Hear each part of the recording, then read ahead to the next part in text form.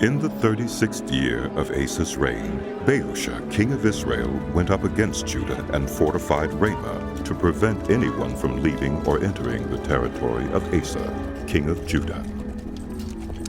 Asa then took the silver and gold out of the treasuries of the Lord's temple and of his own palace and sent it to Ben-Hadad, king of Aram, who was ruling in Damascus.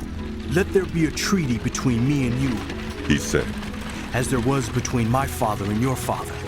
See, I am sending you silver and gold.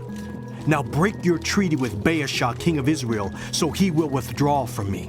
Ben-Hadad agreed with King Asa and sent the commanders of his forces against the towns of Israel.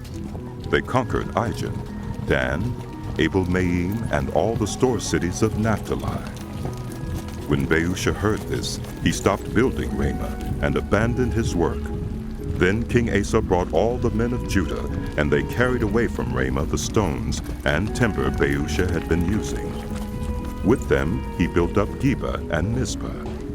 At that time, Hunani the seer came to Asa, king of Judah, and said to him, "Because you have relied on the king of Aram, and not on the Lord your God, the army of the king of Aram has escaped from your hand. Were not the Cushites and Libyans a mighty army with great numbers of chariots and horsemen? Yet when you relied on the Lord, he delivered them into your hand. For the eyes of the Lord range throughout the earth to strengthen those whose hearts are fully committed to him. You have done a foolish thing, and from now on you will be at war." Asa was angry with the seer because of this. He was so enraged that he put him in prison. At the same time, Asa brutally oppressed some of the people.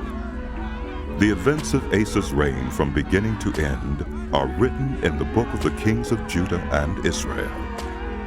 In the 39th year of his reign, Asa was afflicted with a disease in his feet.